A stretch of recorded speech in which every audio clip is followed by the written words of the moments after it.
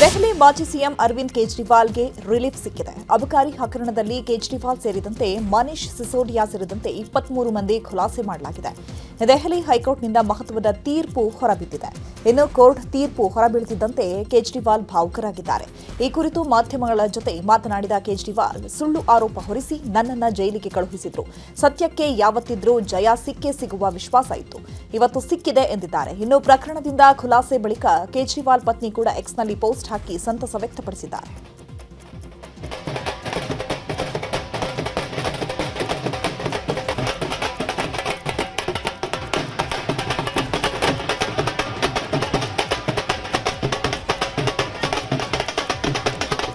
सारे आरोप खारिज कर दिए और जितने भी एक्यूज्ड थे सबको डिस्चार्ज कर दिया।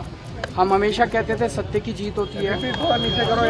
हमें भारतीय न्याय प्रणाली पे भरोसा है। मुंह पे जा रहे सर के माइक नीचे। मैं जज साहब का बहुत बहुत शुक्रिया अदा करता हूँ जिन्होंने हमारे साथ न्याय किया, सत्य की जीत हुई।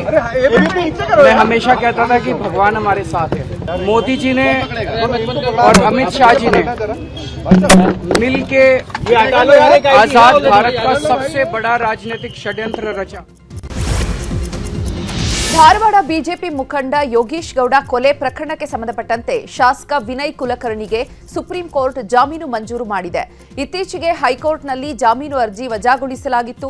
ಇದಾದ ಬಳಿಕ ಸುಪ್ರೀಂ ಕೋರ್ಟ್ಗೆ ವಿನಯ್ ಕುಲಕರ್ಣಿ ಅರ್ಜಿ ಸಲ್ಲಿಸಿದ್ರು. ಸದ್ಯ ನ್ಯಾಯಮೂರ್ತಿ ಸಂಜಯ್ ಕರೋಲ ಅವರ ಪೀಠ ವಿನಯ್ ಕುಲಕರ್ಣಿಗೆ ಜಾಮೀನು ಮಂಜೂರು ಮಾಡಿದೆ. ಇನ್ನು ವಿನಯ್ ಕುಲಕರ್ಣಿಗೆ ಜಾಮೀನಾದ ಹಿನ್ನೆಲೆ ಧಾರವಾಡದಲ್ಲಿ ಕಾಂಗ್ರೆಸ್ ಕಾರ್ಯಕರ್ತರು ಸಂಭ್ರಮಾಚರಣೆ ಮಾಡಿದ್ದಾರೆ. ಡಿಸಿ ಕಚೇರಿ ಎದುರು ವಿನಯ್ ಪರ ಘೋಷಣೆ ಕೂಗಿ ಸಂಭ್ರಮಿಸಿದ್ದಾರೆ.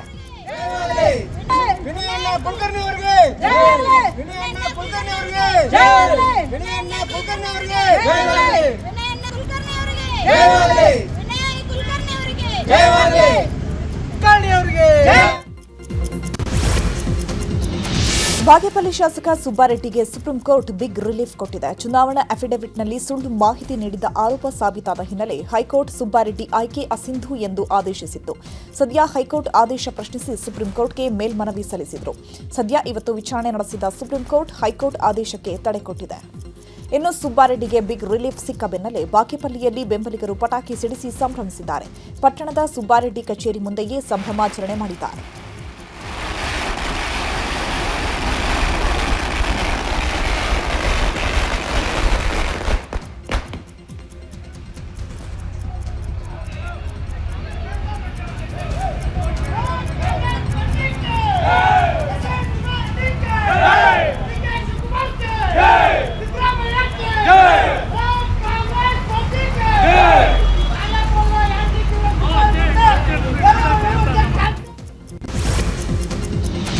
ಖಾಸಗಿ ಕಾಲೇಜಿನಲ್ಲಿ ಗಾಂಜಾ ಮಾರಾಟ ಮಾಡುತ್ತಿದ್ದಾರೆ ಎಂಬ ಆರೋಪ ಕೇಳಿಬಂದಿದೆ. ಬಳ್ಳಾರಿಯ ಪಿಪಿಯುಟ್ರಿ ಶಾಲೆ ಮತ್ತು ಕಾಲೇಜಿನಲ್ಲಿ ಎಬಿವಿಪಿ ಕಾರ್ಯಕರ್ತರು ಪ್ರತಿಭಟನೆ ಮಾಡಿದ್ದಾರೆ. ಈ ವೇಳೆ ಪ್ರತಿಭಟನಾಕಾರರ ಮೇಲೆ ಪೊಲೀಸರು ಲಾಠಿ ಚಾರ್ಜ್ ಮಾಡಿದ್ದಾರೆ ಅಂತ ಆರೋಪಿಸಿ ಶಾಲಾ ಕಾಲೇಜಿನ ಹೂಕುಂಡವನ್ನು ಒಡೆದು ಕಿಟಕಿ ಗ್ಲಾಸ್ ಪೀಠೋಪಕರಣಗಳನ್ನು ಒಡೆದು ಆಕ್ರೋಶ ವ್ಯಕ್ತಪಡಿಸಿದ್ದಾರೆ. ಅಲ್ಲದೆ ಪೊಲೀಸರು ಮತ್ತು ಎಬಿವಿಪಿ ವಿದ್ಯಾರ್ಥಿಗಳ ಮಧ್ಯೆ ವಾಗ್ವಾದ ನಡೆದಿದೆ. ಈ ವೇಳೆ 20ಕ್ಕೂ ಹೆಚ್ಚು ಕಾರ್ಯಕರ್ತರನ್ನ ಪೊಲೀಸರು ವಶಕ್ಕೆ ಪಡೆದುಕೊಂಡಿದ್ದಾರೆ.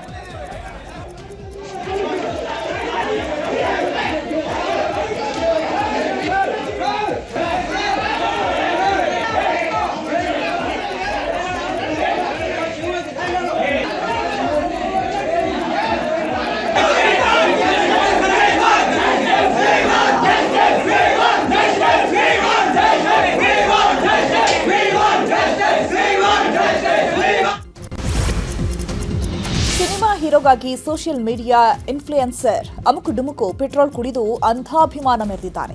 ಮೆಜೆಸ್ಟಿಕ್ನ ಥಿಯೇಟರ್ನಲ್ಲಿ ಘಟನೆ ನಡೆದಿತ್ತು. ನಟ ಸೂರಿ ಮುಂದೆ ಪೆಟ್ರೋಲ್ ಕುಡಿದು ಹೈಡ್ರಾಮಾ ಮಾಡಿದ. ಸಾಮಾಜಿಕ ಮಾಧ್ಯಮದಲ್ಲಿ ಈ ವಿಡಿಯೋ ವೈರಲ್ ಆಗಿತ್ತು. ಸಿನಿಮಾ ಪ್ರಮೋಷನ್ಗಾಗಿ ನಾಟಕ ಮಾಡಿದ ಆರೋಪ ಕೇಳಿಬಂದಿದೆ. ಈ ಬಗ್ಗೆ ನಗರ ಪೊಲೀಸ್ ಆಯುಕ್ತ ಸೀಮಂತ್ ಕುಮಾರ್ ಸಿಂಗ್ ಮಾತನಾಡಿದ್ದು, ಈ ರೀತಿ ಮಾಡುವವರ ವಿರುದ್ಧ ಕ್ರಮ ತೆಗೆದುಕೊಳ್ತೇವೆ. ಪ್ರಮೋಷನ್ಗಾಗಿ ಡ್ರಾಮಾ ಮಾಡೋರು ಇನ್ಮುಂದೆ ಹುಷಾರಾಗಿರಬೇಕು. ನ್ಯೂಸೆನ್ಸ್ ಮಾಡಿದ್ರೆ ಅಂಥವರ ವಿರುದ್ಧ ಕ್ರಮ ಕೈಗೊಳ್ಳಲಾಗುತ್ತೆ ಅಂತ ಖಡಕ್ ಎಚ್ಚರಿಕೆಯನ್ನು ಕೊಟ್ಟಿದ್ದಾರೆ. ಒಂದು ಸ್ಟ್ರಿಕ್ಟ್ ಇನ್ಸ್ಟ್ರಕ್ಷನ್ ಇದೆ, ಮತ್ತು ಕಾನೂನು ಪ್ರಕಾರ ನಾವು ಕೆಲಸ ಮಾಡ್ತೀವಿ. ಅವರು ಅದಕ್ಕೆ ಮಿಸ್ಯೂಸ್ ಮಾಡಿದರೆ, ಇಲ್ಲೀಗಲ್ ಆ್ಯಕ್ಟಿವಿಟೀಸ್ ಮಾಡಿದರೆ ಖಂಡಿತ ಅವ್ರ ಮೇಲೆ ಕ್ರಮ ಆಗುತ್ತೆ.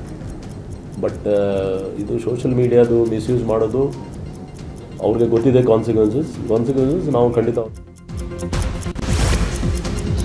ಮಲ್ಲಿಕಾರ್ಜುನ ಮುತ್ಯ ಮೇಲೆ ಪೋಕ್ಸೋ ಕೇಸ್ ಹಿನ್ನೆಲೆ ಪ್ರಕರಣ ರದ್ದು ಕೋರಿ ಮಲ್ಲಿಕಾರ್ಜುನ ಮುತ್ಯ ಹೈಕೋರ್ಟ್ ಮೆಟ್ಟಿಲೇರಿದ್ದಾರೆ. ಪೋಷಕರೇ ದೂರು ನೀಡಿಲ್ಲ, ಆದರೂ ಎಫ್ಐಆರ್ ದಾಖಲಿಸಿದ್ದಾರೆ. ಹೀಗಾಗಿ ಪ್ರಕರಣ ರದ್ದು ಮಾಡಬೇಕು ಅಂತ ಅರ್ಜಿ ಸಲ್ಲಿಸಿದ್ದಾರೆ. ಸೋಮವಾರ ಅರ್ಜಿ ವಿಚಾರಣೆ ನಡೆಯಲಿದೆ. ಮಲ್ಲಿಕಾರ್ಜುನ ಮುತ್ಯ ಮೇಲೆ ಪೋಕ್ಸೋ ಕೇಸ್ ದಾಖಲಾದ ಸಂಬಂಧ ಯಾದಗಿರಿಯ ಮರಹಲರೋಜ ಗ್ರಾಮದಲ್ಲಿರುವಂತಹ ಯಮನೂರೇಶ್ವರ ಮಠದಲ್ಲಿ ಸಭೆಗೆ ಸಿದ್ಧತೆಯನ್ನು ನಡೆಸಲಾಗಿದೆ. ಮಲ್ಲಿಕಾರ್ಜುನ ಮುತ್ಯ ಮೇಲೆ ಪೋಕ್ಸೋ ಕೇಸ್ ಹಾಕಿರುವ ಸಂಬಂಧ ಸಭೆಯಲ್ಲಿ ಚರ್ಚೆ ನಡೀತಾ ಇದ್ದು, ಚರ್ಚೆಯ ಬಳಿಕ ಮುಂದಿನ ಹೋರಾಟದ ಬಗ್ಗೆ ಭಕ್ತರು ನಿರ್ಧಾರ ಕೈಗೊಳ್ಳಲಿದ್ದಾರೆ. ಈ ಸಭೆಯಲ್ಲಿ ಬಿಜೆಪಿ ಮುಖಂಡೆ ಲಲಿತಾ ಅನಪುರ ಮತ್ತು ಸಾಲಿಮನಿ ಮಹಾದೇವಪ್ಪ ಮತ್ತು ವೇದವ್ಯಾಸ ಪೀಠದ ಸ್ವಾಮೀಜಿ ಬ್ರಹ್ಮಶ್ರೀ ಸೇರಿದಂತೆ ಹಲವರು ಭಾಗಿಯಾಗಿದ್ದಾರೆ. ಮಲ್ಲಿಕಾರ್ಜುನ ಮುತ್ಯ ಮೇಲೆ ಪೋಕ್ಸೋ ಕೇಸ್ ಪ್ರಕರಣಕ್ಕೆ ಸಂಬಂಧಪಟ್ಟಂತೆ ಬಾಲಕಿಯ ಪೋಷಕರ ವಿಚಾರಣೆಗೆ ತನಿಖಾಧಿಕಾರಿ ಆಗಮಿಸಿದ್ದಾರೆ. ಯಾದಗಿರಿ ಜಿಲ್ಲೆ ಶಹಾಪುರದ ಆರಕ್ಷಕ ವೃತ್ತ ಕಚೇರಿಗೆ ತನಿಖಾಧಿಕಾರಿಗಳು ಶರಣಗೌಡ ನ್ಯಾಮನ್ನೂರ್ ಆಗಮಿಸಿದ್ದು ಪ್ರಕರಣದ ಫೈಲ್ ಪರಿಶೀಲನೆ ಮಾಡಿದ್ದಾರೆ. ಇನ್ನು ಮಹಾರಾಷ್ಟ್ರದಿಂದ ಬಾಲಕಿಯ ಪೋಷಕರು ಆಗಮಿಸುತ್ತಿದ್ದಾರೆ. ಶಾಸಕರ ಡಿನ್ನರ್ ಮೀಟಿಂಗ್ ವಿಚಾರವಾಗಿ ಬೆಂಗಳೂರಿನಲ್ಲಿ ಮಾತನಾಡಿದ ಡಿಸಿಎಂ ಡಿಕೆ ಶಿವಕುಮಾರ್, ಕೆಲವರು ಫಾರಿನ್ಗೆ ಹೋಗ್ತಾರೆ, ಕೆಲವರು ದೆಹಲಿಗೆ ಹೋಗ್ತಾರೆ, ಕೆಲವರು ಡಿನ್ನರ್ ಹೆಸರಿನಲ್ಲಿ ಸಭೆ ಸೇರ್ತಾರೆ. ಅವರಿಗೂ ಅವರ ವೈಯಕ್ತಿಕ ಆಸೆಗಳಿರುತ್ತೆ. ಕೆಲವರಿಗೆ ಮಂತ್ರಿ ಆಗಬೇಕು ಅನ್ನುವಂತಹ ಆಸೆ ಇರುತ್ತೆ ಅಲ್ವಾ, ಅಷ್ಟೇ. ನಾನು ಡಿನ್ನರ್ ಪಾರ್ಟಿಯ ಬಗ್ಗೆ ಮಾಹಿತಿಯನ್ನು ಪಡೆದುಕೊಳ್ತೀನಿ ಅಂದಿದ್ದಾರೆ. ಯಾವ ಶಕ್ತಿ ಪ್ರದರ್ಶನ ಇಲ್ಲ, ಕೆಲವರು ರೆಸ್ಟ್ ತಗೊಳಕ್ಕೆ ಎಜುಕೇಶನ್ ಮಾಡ್ಲಿಕ್ಕೆ ಫಾರಿನ್ ಹೋಗ್ತಾರೆ, ಕೆಲವರು ಊಟ ಮಾಡ್ತಾರೆ, ಕೆಲವರು ಡೆಲ್ಲಿಗೆ ಹೋಗ್ತಾರೆ, ಕೆಲವರು ಎಲ್ಲೆಲ್ಲೋ ಹೋಗ್ತಾರೆ. ಅವರವರ ಪರ್ಸನಲ್ ಇಶ್ಯೂಸು ಪಕ್ಷದ ಇದಕ್ಕೂ ಏನು ಸಂಬಂಧ ಇಲ್ಲ. ಕೆಲವರೆಲ್ಲ ಏನೋ ಆಸೆ ಇಟ್ಕೊಂಡಿರ್ತಾರೆ, ಮಂತ್ರಿಗಳಾಗಬೇಕು ಅಂತ ಆಸೆ ಇರ್ತದೆ. ನೀವು ಮಾತ್ರ ಆಗೋದ್ರಿ ಮಂತ್ರಿ ಆಗ, ನಮ್ಮನ್ನು ಮಂತ್ರಿ ಮಾಡಿಸಿ ಅಂತ ಹೇಳ್ತಾರೆ. ಸೊ ನೋಡೋಣ. ಕಾಂಗ್ರೆಸ್ ಶಾಸಕರ ಡಿನ್ನರ್ ಮೀಟಿಂಗ್ ವಿಚಾರದ ಬಗ್ಗೆ ಚನ್ನಪಟ್ಟಣದಲ್ಲಿ ಮಾತನಾಡಿದ ಕಾಂಗ್ರೆಸ್ ಶಾಸಕ ಸಿಪಿ ಯೋಗೇಶ್ವರ್, ಬಾಲಕೃಷ್ಣರ ಹುಟ್ಟುಹಬ್ಬದ ಹಿನ್ನೆಲೆ ಕರೆದಿದ್ರು. ನಾನು ತಡವಾಗಿ ಹೋದೆ, ಊಟ ಮಾಡಿ ಬಂದೆ. ರಾಜಕೀಯವಾಗಿ ಚರ್ಚೆ ಆಗಿಲ್ಲ, ಫೋಟೋ ತೆಗೆಸ್ಕೊಂಡ್ವಿ ಅಷ್ಟೇ. ನಮ್ಮಲ್ಲಿ ಯಾವುದೇ ಗೊಂದಲ ಇಲ್ಲ ಅಂತ ಹೇಳಿದರು. ಇನ್ನು ಇದೇ ವಿಚಾರವಾಗಿ ಗಣಿಗ ರವಿಕುಮಾರ್, ನಯನ ಮೋಟಮ್ಮ ಕೂಡ ಪ್ರತಿಕ್ರಿಯಿಸಿದ್ದಾರೆ. ನಿನ್ನೆ ನಮ್ಮ ಪಕ್ಕದ ತಾಲೂಕಿನ ಶಾಸಕರು ಬಾಲಕೃಷ್ಣರವರ ಹುಟ್ಟುಹಬ್ಬ, ಊಟಕ್ಕೆ ಬನ್ನಿ ಅಂತ ಕರೆದಿದ್ದರು. ನಾನು ಲೇಟಾಗಿ ಹೋದೆ, ಊಟ ಮಾಡ್ಕೊಂಡು ಬಂದಿದ್ದೆ. ಅದನ್ನು ಬಿಟ್ಟರೆ ರಾಜಕೀಯ ಚರ್ಚೆ ಇಲ್ಲ. ಈಗೇನು ಆ ಥರ ಯಾವುದು ರಾಜಕೀಯ ಸಂಬಂಧಪಟ್ಟಂಥ ಚರ್ಚೆ ಆಗಲ್ಲ. ಊಟಕ್ಕೆ ಸೇರಿದೆ ಒಂದಷ್ಟು ಜನ. ಹೀಗೆ ನೀವೆಲ್ಲ ಯಾವ ಥರ ಈಗ ಡಿ ಕೆ ಶಿವಕುಮಾರ್ ಒಂದು ಬಾರಿ ಮುಖ್ಯಮಂತ್ರಿ ಆಗಬೇಕು ಅನ್ನೋದು ನನ್ನ ವೈಯಕ್ತಿಕ ಆಸೆ. ಅದು ಆಗಲಿ ಅನ್ನೋದು ಬಯಸೋದು, ಅದನ್ನು ನಿಮ್ಮ ಮುಂದೆ ನೇರವಾಗಿ ವ್ಯಕ್ತಪಡಿಸಿದ್ದೀವಿ. ಹೈಕಮಾಂಡ್ ಅವರು ಒಂದು ಗೊಂದಲಲ್ಲಿದೆ ಈ ರಾಜ್ಯದಲ್ಲಿ. ಈ ಥರ ಗೊಂದಲ ಈವನ್ ಇನ್ಕ್ಲೂಡಿಂಗ್ ಸಿದ್ದರಾಮಯ್ಯ ಸಾಹೇಬರು ಮತ್ತು ಡಿ ಕೆ ಅವರು ಇಬ್ಬರು ಹೇಳ್ತಾ ಇರೋದು, ನೀವೇನು ನಿರ್ಧಾರ ಮಾಡ್ತೀರೋ ಮಾಡಿ, ಖರೀದಿ ಮಾಡಿ ಎಂದು. ಅದನ್ನೇ ನಾವು ಕೂಡ ಪುನರುಚ್ಚರಿಸ್ತಾ ಇದ್ದೀವಿ. ಇಲ್ಲಾಂದರೆ ದಿನ ಬೆಳಗ್ಗೆ ಎದ್ದು ಆಗುತ್ತೆ ಆಗಲ್ಲ ಅನ್ನೋ ದಿನ ಈ ಒಂದು ವಿಚಾರನೂ ಅಲ್ಲಿ ಚರ್ಚೆ ಆಯಿತು. ಈಗೇನು ಪ್ರಸ್ತುತ ಪರಿಸ್ಥಿತಿಗಳಿದೆ ಅದ್ರ ಬಗ್ಗೆ ಎಲ್ಲ ಚರ್ಚೆ ನಡೀತು. ನೋಡಿ, ಡಿ ಕೆ ಶಿವಕುಮಾರ್ ಸರ್ ವಿಚಾರದಲ್ಲಿ ನಾನು ಒಂದೇ ಹೇಳಲಿಕ್ಕೆ ಇಷ್ಟಪಡ್ತೀನಿ. ಅದು ನಾನು ವೈಯಕ್ತಿಕವಾಗಿ ಶಾಸಕಿಯಾಗಿ ಅವ್ರ ಪರವಾಗಿ ಹೇಳಲಿಕ್ಕೆ ಒಂದೇ ವಿಚಾರ ಹೇಳ್ತಾ ಇರೋದು. ಅವರು ನನ್ನನ್ನು ರಾಜಕೀಯದಲ್ಲಿ ಬೆಳೆಸಿದ್ದಾರೆ. ಅವರಿಗೆ ಬೆಂಬಲವಾಗಿ ನಿಲ್ಲೋದು ನನ್ನ ಕರ್ತವ್ಯ. ಅವರು ನನ್ನ ರಾಜಕೀಯ ಗುರುಗಳು, ಅದು ನನ್ನ ಧರ್ಮ. ಸೊ ಅವರು ನಾನು ಖಂಡಿತವಾಗಿ ಅವರು ಸಿಎಂ ಆದರೆ ನನಗೆ ನಿಜವಾಗ್ಲೂ ಖುಷಿಯಾಗುತ್ತೆ. ಇನ್ನು ಶಾಸಕರ ಡಿನ್ನರ್ ಮೀಟಿಂಗ್ ವಿಚಾರವಾಗಿ ಮಾತನಾಡಿದ ಸಚಿವ ಸತೀಶ್ ಜಾರಕಿಹೊಳಿ, ಡಿನ್ನರ್ ಮೀಟಿಂಗ್ ಅನ್ನ ನಾವು ಗುತ್ತಿಗೆ ಪಡೆದಿಲ್ಲ. ನಾವು ಕೂಡಿದ್ದೆವು, ಅವರು ಕೂಡಿದ್ದಾರೆ. ಬದಲಾವಣೆ ಅಲ್ಲ, ಗೊಂದಲ ನಿವಾರಣೆ ಆಗಬೇಕು. ಪಕ್ಷದಲ್ಲಿ ಗೊಂದಲ ಇರೋದು ನಿಜ. ಹೈಕಮಾಂಡ್ನಿಂದ ಸ್ಪಷ್ಟತೆ ಬೇಕು. ನಾನು ದೆಹಲಿಗೆ ಹೋಗಿ ಹೇಳಿ ಬಂದಿದ್ದೇನೆ. ಆದಷ್ಟು ಬೇಗ ಗೊಂದಲ ನಿವಾರಣೆ ಮಾಡ್ತೇವೆ ಅಂತ ಹೈಕಮಾಂಡ್ ಹೇಳಿದ್ದಾರೆ ಅಂದಿದ್ದಾರೆ. ಇನ್ನು ಇದೇ ವಿಚಾರವಾಗಿ ಶಾಸಕ ಹರೀಶ್ ಗೌಡ ಕೂಡ ಪ್ರತಿಕ್ರಿಯಿಸಿದ್ದಾರೆ. ಎಲ್ಲ ನಮ್ದಾಗತ್ತ, ನಾವೇ ಊಟ ಮಾಡಿಸ್ಬೇಕಂತೇನಿಲ್ಲ. ನಾವೇನು ಅದೇನ ಗುತ್ತಿಗೆ ಏನು ಪಡೆದಿಲ್ಲ. ಅದೇನು ಅವ್ರವ್ರು ನಾವು ಹೇಳಿದ್ರ ಗ್ರೂಪ್ ಅದಾವ, ಅವ್ರವ್ರು ಲೈಕ್ ಮಾಡಿದಂತ ಮುಂಚೆ ಹೇಳಿದ್ವಿ. ಅವ್ರು ಕೂಡ್ತಾರಂತ ಹೇಳಿದ್ವಿ, ಆ ರೀತಿ ಕೂಡಿದ್ದಾರೆ. ಅದರಲ್ಲಿ ವಿಶೇಷ ಇಲ್ಲ. ಮುಂದೆ ಕೂಡ ಹೇಳಿದ್ವಿ, ನಾವು ಕೂಡಿದೀವಿ, ಬೇರೆಯವ್ರು ಕೂಡಿದ್ದಾರೆ. ಇದ್ದವ್ರೆಲ್ಲರನ್ನೂ ಸಿದ್ದರಾಮಯ್ಯ ಸಾಹೇಬ್ರಿಗೂ ಆಪ್ತರು, ಡಿ ಕೆ ಶಿವಕುಮಾರ್ ಸಾಹೇಬ್ರಿಗೂ ಆಪ್ತರು. ಎಲ್ಲರನ್ನೂ ನಮ್ಮ ಕಾಂಗ್ರೆಸ್ ಪಕ್ಷದ ಶಾಸಕರು ಇದ್ದಿದ್ದು ಹೆಚ್ಚು ಕಡಿಮೆ ಒಂದು 35-40 ಜನ ಇದ್ವಿ ನಾವು ಅಲ್ಲಿ. ಒಬ್ಬೊಬ್ರಾಗ ಎಲ್ಲರನ್ನೂ ಬಂದು ಒಬ್ಬೊಬ್ರಾಗ ವಿಶ್ ಮಾಡಿದ್ರು, ಊಟ ಮಾಡಿಬಿಟ್ಟು ಅವ್ರವ್ರ ಪಡೆಗೆ ಅವ್ರು ಹೋದ್ರು. ಕಾಂಗ್ರೆಸ್ನಲ್ಲಿ ಡಿನ್ನರ್ ಪಾಲಿಟಿಕ್ಸ್ ವಿಚಾರವಾಗಿ ವಿಪಕ್ಷ ನಾಯಕ ಆರ್ ಅಶೋಕ್ ಪ್ರತಿಕ್ರಿಯಿಸಿದ್ದಾರೆ. ಈ ಬಗ್ಗೆ ಚನ್ನಪಟ್ಟಣದಲ್ಲಿ ಮಾತನಾಡಿದ ಅವರು, ಕಾಂಗ್ರೆಸ್ನವರಿಗೆ ಮತ್ತೆ ಸರ್ಕಾರ ಬರಲ್ಲ ಅನ್ನೋದು ಗೊತ್ತಾಗಿದೆ. ಕಳೆದ 2 ವರ್ಷದಿಂದ ಪ್ರತಿದಿನ ಸಿಎಂ ಸ್ಥಾನದ ಬಗ್ಗೆ ಚರ್ಚೆ ನಡೀತಾನೇ ಇರುತ್ತೆ. ಸಿಎಂ ಸಿದ್ದರಾಮಯ್ಯ ಹಾಗೂ ಡಿಕೆ ಶಿವಕುಮಾರ್ ಪವರ್ ಪಾಲಿಟಿಕ್ಸ್ನಲ್ಲಿ ಅಭಿವೃದ್ಧಿ ಕುಂಠಿತವಾಗಿದೆ. ಗ್ರಾಜ್ಯುಯೇಷನ್ ಡೇಗೆ ವಿದ್ಯಾರ್ಥಿಗಳಿಗೆ ಮೆಡಲ್ ಕೊಡಲು ಹಣವಿಲ್ಲದಂತಾಗಿದೆ. ಸರ್ಕಾರ ಪಾಪರ ಆಗಿದೆ ಅಂತ ಸರ್ಕಾರದ ವಿರುದ್ಧ ವಾಗ್ದಾಳಿ ನಡೆಸಿದ್ದಾರೆ. ಆಲ್ರೆಡಿ ಬರಲ್ಲ ಅಂತ ಗೊತ್ತಾಗ್ಬಿಟ್ಟಿದೆ ಅವ್ರಿಗೆ. ಈ ರೀತಿ ಇದ್ರೆ ಅಲ್ಲ, ಕಳೆದ 2 ವರ್ಷದಿಂದ ಏನು ನೋಡ್ತಾ ಇದ್ದಾರೆ? ಪ್ರತಿದಿನ ಮುಖ್ಯಮಂತ್ರಿ ಯಾರು, ಕಾಂಗ್ರೆಸ್ ಅಧ್ಯಕ್ಷ ಯಾರು, ಇದೇ ಜಗಳದಲ್ಲೇ, ಇವೆರಡು ಜಗಳದಲ್ಲೇ ನಡೀತಾ ಇದೆಯಲ್ಲ. ಅಭಿವೃದ್ಧಿ ಏನಾನು ಆಗ್ತಾ ಇದೆಯಾ? ಅಭಿವೃದ್ಧಿ ಅನ್ನೋದಿಲ್ಲ. ಒಂದು ಗುದ್ಲಿ ಪೂಜೆನೂ ಪ್ರಾರಂಭ ಮಾಡಿಲ್ಲ, ಹಣ ಇಲ್ಲ ಅಂದರೆ ಸರ್ಕಾರ ಪಾಪರಾಗಿದೆ. ಅದಕ್ಕೆ ದುಡ್ಡು ಹೊಡಿಯೋಕ್ಕೆ ಏನು ಬೇಕೋ ಆ ಸ್ಕೀಮ್ಗಳನ್ನು ಮಾಡ್ತಾ ಇದ್ದಾರೆ. ಈ ಸರ್ಕಾರ ಇವತ್ತು ಅಧಿಕಾರದ ಹಂಚಿಕೆ, ನಾನಾ ನೀನಾ ಅನ್ನೋದರಲ್ಲಿ ಜಗಳದಲ್ಲಿ ಇದ್ದಾರೆ. ಮಾಜಿ ಸಿಎಂ ಬಿಎಸ್ ಯಡಿಯೂರಪ್ಪ ಅವರ 84ನೇ ಹುಟ್ಟುಹಬ್ಬದ ಹಿನ್ನೆಲೆ ಶಿಕಾರಿಪುರ ಸಂಪೂರ್ಣವಾಗಿ ಬ್ಯಾನರ್ ಬಂಟಿಂಗ್ಸ್ಗಳಿಂದ ಕಂಗೊಳಿಸ್ತಾ ಇದೆ. ಎತ್ತ ನೋಡಿದರತ್ತ ಯಡಿಯೂರಪ್ಪರ ಫ್ಲೆಕ್ಸ್ಗಳೇ ಕಾಣ್ತಾ ಇದೆ.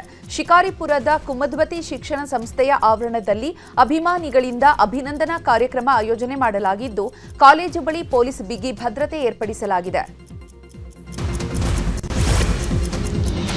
ವಿಜಯಪುರದಲ್ಲಿ ಜೆಡಿಎಸ್ ಬೆಳ್ಳಿ ಹಬ್ಬ ಸಮಾವೇಶ ನಡೀತಾ ಇದ್ದು, ನೂರಾರು ಕಾರ್ಯಕರ್ತರು ಸಮಾವೇಶದಲ್ಲಿ ಪಾಲ್ಗೊಂಡಿದ್ದಾರೆ. ಈಗಾಗಲೇ ವೇದಿಕೆಗೆ ಜೆಡಿಎಸ್ ಶಾಸಕರು ಹಾಗೂ ಮುಖಂಡರು ಆಗಮಿಸಿದ್ದು, ಲಂಬಾಣಿ ನೃತ್ಯ, ಹಲಿಗೆ ವಾದ್ಯ ಮೂಲಕ ಸಂಭ್ರಮದಿಂದ ಕಾರ್ಯಕರ್ತರು ಆಗಮಿಸ್ತಾ ಇದ್ದಾರೆ. ಕೆಲವೇ ಕ್ಷಣಗಳಲ್ಲಿ ಮಾಜಿ ಪ್ರಧಾನಿ ಎಚ್ಡಿ ದೇವೇಗೌಡ, ಕೇಂದ್ರ ಸಚಿವ ಎಚ್ಡಿ ಕುಮಾರಸ್ವಾಮಿ ವೇದಿಕೆಗೆ ಆಗಮಿಸಲಿದ್ದಾರೆ.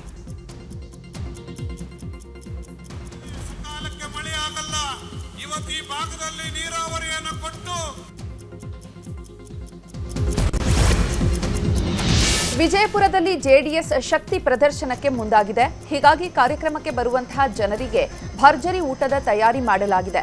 ಸುಮಾರು 1 ಲಕ್ಷ ಜನರಿಗೆ ಊಟದ ವ್ಯವಸ್ಥೆ ಮಾಡಲಾಗಿದ್ದು, ಕೇಸರಿಬಾತ್, ಮಸಾಲಾ ರೈಸ್, ಸಾಂಬಾರ್ ವ್ಯವಸ್ಥೆ ಮಾಡಲಾಗಿದೆ.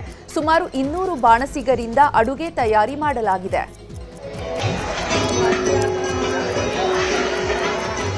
ನಾನು ನನ್ನ ರಾಜ್ಯಕ್ಕೆ, ರೈತರಿಗೆ ನಾನು ಅನ್ಯಾಯ ಕೊಡುವುದಲ್ಲ, ಅಧಿಕಾರ ಬಿಡ್ತೀನಿ ಅಂತ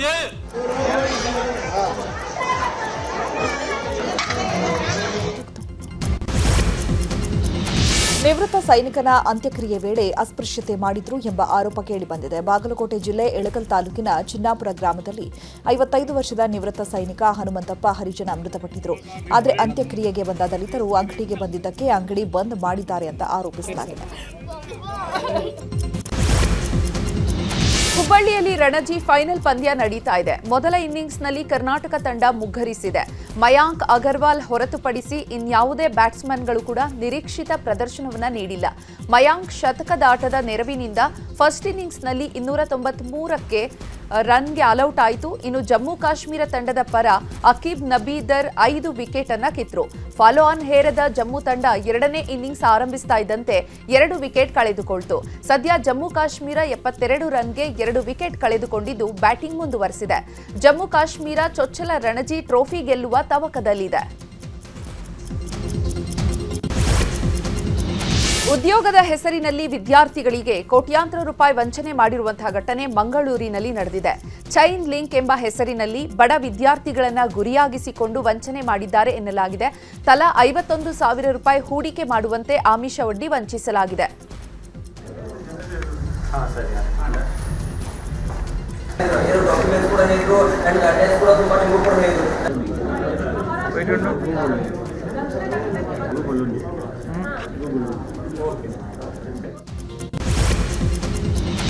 ರಾಯಚೂರಿನ ಹಟ್ಟಿ ಚಿನ್ನದ ಗಣಿ ಕಂಪನಿಯ ಮುಖ್ಯ ದ್ವಾರದ ಮುಂದೆ 16 ಸ್ಫೋಟಕ ಮದ್ದು ಪತ್ತೆಯಾಗಿದೆ. ಗಣಿ ಬ್ಲಾಸ್ಟ್ ಮಾಡುವ ಉದ್ದೇಶದಿಂದ ತಂದಿರಬಹುದು ಎಂಬ ಶಂಕೆ ಇದ್ದು ತನಿಖೆ ನಡೀತಾ ಇದೆ.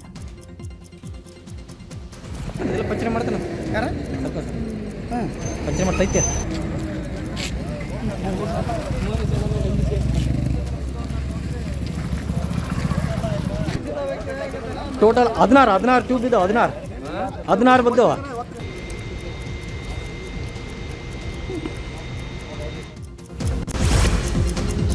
ಕೆಸಿಬಿ ಪೊಲೀಸರಿಂದ ಮಹಿಳಾ ಡ್ರಗ್ ಪೆಡ್ಲರ್ ಬಂಧನವಾಗಿರುವಂತಹ ಘಟನೆ ಬೆಂಗಳೂರಿನ ಬಾಗಲೂರಿನಲ್ಲಿ ನಡೆದಿದೆ. ಸುಭಾಷಿಣಿ ಬಂಧಿತ ಡ್ರಗ್ ಪೆಡ್ಲರ್ ಆಗಿದ್ದು 2 ಕೋಟಿ ಬೆಲೆಯ ಎಕ್ಸಟೇಸಿ ಮಾತ್ರೆಗಳನ್ನು ವಶಪಡಿಸಿಕೊಳ್ಳಲಾಗಿದೆ.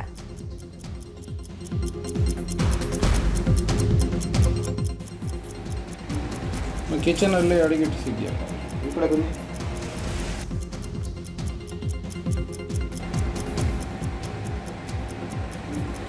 ಕಿಚನಲ್ಲಿ ಅಡುಗೆ ಇಟ್ಟಿಸಿದ್ಯಾ? ಈ ಕಡೆ ಬನ್ನಿ. ಇನ್ನು ಗಂಡನ ಕ್ಯಾನ್ಸರ್ ಚಿಕಿತ್ಸೆಗಾಗಿ ಕೆಲಸ ಮಾಡ್ತಾ ಇದ್ದ ಮನೆಯಲ್ಲೇ ಕಳ್ಳತನ ಮಾಡಿದಂತಹ ಮಹಿಳೆಯನ್ನ ಜೀವನ್ ಭೀಮನಗರ ಪೊಲೀಸರು ಬಂಧಿಸಿದ್ದಾರೆ. ಚೈತ್ರ ಎಂಬಾಕೆ ಸರ್ಜನ್ ಒಬ್ಬರ ಮನೆಯಲ್ಲಿ 35 ಲಕ್ಷ ಬೆಲೆಯ 12.5 ಕೆಜಿ ಬೆಳ್ಳಿ ಪಾತ್ರೆಗಳನ್ನ ಕಳ್ಳತನ ಮಾಡಿದ್ಲು.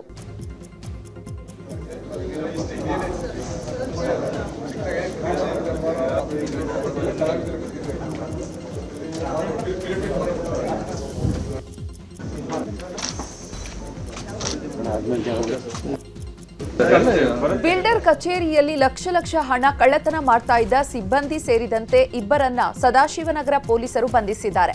ಕಚೇರಿ ಸಿಬ್ಬಂದಿ ಧನಂಜಯ್ ಸ್ನೇಹಿತ ಪ್ರವೀಣ್ ಎಂಬಾತನನ್ನ ಬಂಧಿಸಲಾಗಿದೆ.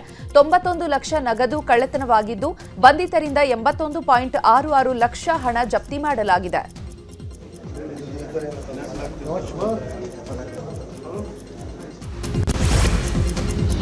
ಶಾಲಾ ಆವರಣದಲ್ಲಿದ್ದ ನೀರಿನ ಟ್ಯಾಂಕ್ ಶಿಥಿಲಾವಸ್ಥೆಗೆ ತಲುಪಿದ್ದು ಮಕ್ಕಳು ಜೀವ ಭಯದಲ್ಲಿ ಪಾಠ ಕೇಳುವಂತಾಗಿದೆ. ಚನ್ನಪಟ್ಟಣದ ದೇವರ ಹೊಸಹಳ್ಳಿ ಗ್ರಾಮದ ಶಾಲೆ ಇದಾಗಿದ್ದು ಇದರ ಆವರಣದಲ್ಲೇ 40 ವರ್ಷಗಳ ಹಳೆಯದಾದ ನೀರಿನ ಟ್ಯಾಂಕ್ ಇದೆ.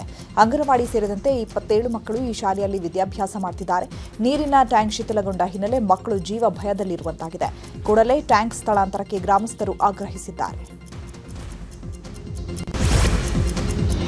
ಇನ್ಮುಂದೆ ಕಂಡಲ್ಲಿ ಬೀದಿ ನಾಯಿಗಳಿಗೆ ಆಹಾರ ಹಾಕುವಂತಿಲ್ಲ ಅಂತ ಕೇಂದ್ರ ನಗರ ಪಾಲಿಕೆ ಮಹತ್ವದ ಆದೇಶ ಹೊರಡಿಸಿದೆ.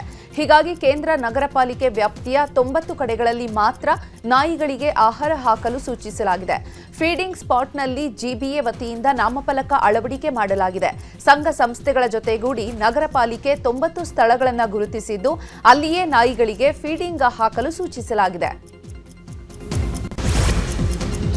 ಪ್ರಶ್ನೆ ಪತ್ರಿಕೆ ಲೀಕ್ ಭೀತಿ ಮಧ್ಯೆ ನಾಳೆಯಿಂದ ದ್ವಿತೀಯ ಪಿಯುಸಿ ಪರೀಕ್ಷೆ ಆರಂಭ ವಿಚಾರವಾಗಿ ಶಿಕ್ಷಣ ಸಚಿವ ಮಧು ಬಂಗಾರಪ್ಪ ಪ್ರತಿಕ್ರಿಯೆ ನೀಡಿದ್ದಾರೆ. ವಿದ್ಯಾರ್ಥಿಗಳು ಧೈರ್ಯವಾಗಿ ಹೋಗಿ ಪರೀಕ್ಷೆ ಬರೆಯಿರಿ, ಸಾಮಾಜಿಕ ಮಾಧ್ಯಮದಲ್ಲಿ ಹರಿದಾಡುವ ಮಾಹಿತಿ ಬಗ್ಗೆ ಗಮನ ಹರಿಸದಿರಿ ಅಂತ ಸಲಹೆ ನೀಡಿದ್ದಾರೆ. ಅಲ್ಲದೆ ಪ್ರಶ್ನೆ ಪತ್ರಿಕೆ ಲೀಕ್ ವಿಚಾರವಾಗಿ ನಾನು ಇದರ ಬಗ್ಗೆ ಏನು ಮಾತನಾಡಲ್ಲ, ಕಾನೂನು ರೀತಿಯಾಗಿ ಕ್ರಮ ಆಗುತ್ತೆ, ಪಾರದರ್ಶಕತೆಯಿಂದ ಪರೀಕ್ಷೆ ನಡೆಯುತ್ತೆ, ಧೈರ್ಯವಾಗಿ ಪರೀಕ್ಷೆ ಬರೀರಿ ಅಂತ ಹೇಳಿದ್ದಾರೆ. ಜಿಬಿಎಯಿಂದ ಲೆಟರ್ ಪಿಂಕಿಂಗ್ ಯಂತ್ರವನ್ನು ಖರೀದಿಸಲಾಗಿದೆ. ಬ್ಲಾಕ್ ಸ್ಪಾಟ್ಗಳನ್ನು ಕೈಯಿಂದ ಸ್ವಚ್ಛಗೊಳಿಸುವುದು ಪೌರ ಕಾರ್ಮಿಕರಿಗೆ ಕಷ್ಟವಾಗಲಿದೆ. ಹೀಗಾಗಿ ಲಿಟಲ್ ಪಿಕ್ಕಿಂಗ್ ಯಂತ್ರವಿದೆ, ಪೌರ ಕಾರ್ಮಿಕರಿಗೆ ಅನುಕೂಲವಾಗಲಿದೆ. ತಮಿಳುನಾಡಿನ ಮಾಜಿ ಮುಖ್ಯಮಂತ್ರಿ ಉಚ್ಚಾಟಿತ ಎಐಎಡಿಎಂಕೆ ನಾಯಕ ಹಾಗೂ ದಿವಂಗತ ಜಯಲಲಿತಾ ಅವರ ಮೆಚ್ಚಿನ ಶಿಷ್ಯರಾಗಿದ್ದ ಪನ್ನೀರ್ ಸೆಲ್ವಂ ಡಿಎಂಕೆ ಪಕ್ಷಕ್ಕೆ ಸೇರ್ಪಡೆಯಾಗಿದ್ದಾರೆ. ಚೆನ್ನೈನ ಡಿಎಂಕೆ ಪ್ರಧಾನ ಕಚೇರಿಯಲ್ಲಿ ಡಿಎಂಕೆ ಸೇರಿದ್ದಾರೆ.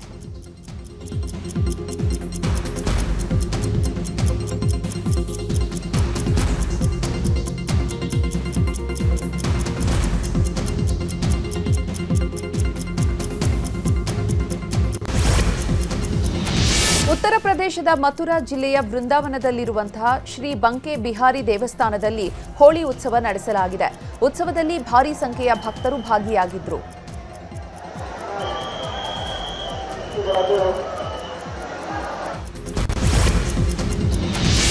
ಉಡುಪಿ ಜಿಲ್ಲೆಯ ಪಟ್ಲದ ಸರ್ಕಾರಿ ಅನುದಾನಿತ ಯುಎಸ್ ನಾಯಕ್ ಹೈಸ್ಕೂಲ್ನಲ್ಲಿ ಪ್ಲಾವಾ ಫೌಂಡೇಶನ್ನಿಂದ ಸಿಪಿಆರ್ ತರಬೇತಿ ಶಿಬಿರ ಆಯೋಜಿಸಲಾಗಿತ್ತು. ಮಣಿಪಾಲದ ವೈದ್ಯಕೀಯ ವೃತ್ತಿಪರರು ತರಬೇತಿಯನ್ನು ನೀಡಿದರು. ಪ್ರಾಯೋಗಿಕ ಪ್ರದರ್ಶನಗಳು ಹಾಗೂ ಹಂತ ಹಂತವಾಗಿ ಮಾರ್ಗದರ್ಶನ ನೀಡಿದರು. ಸುಮಾರು 200 ವಿದ್ಯಾರ್ಥಿಗಳು ಈ ಕಾರ್ಯಕ್ರಮದಲ್ಲಿ ಭಾಗಿಯಾಗಿ ತುರ್ತು ಪರಿಸ್ಥಿತಿಯಲ್ಲಿ ಜೀವ ಉಳಿಸುವ ಪ್ರಥಮ ಚಿಕಿತ್ಸಾ ಕೌಶಲ್ಯಗಳ ಕುರಿತು ಪ್ರಾಯೋಗಿಕ ಜ್ಞಾನ ಪಡೆದರು.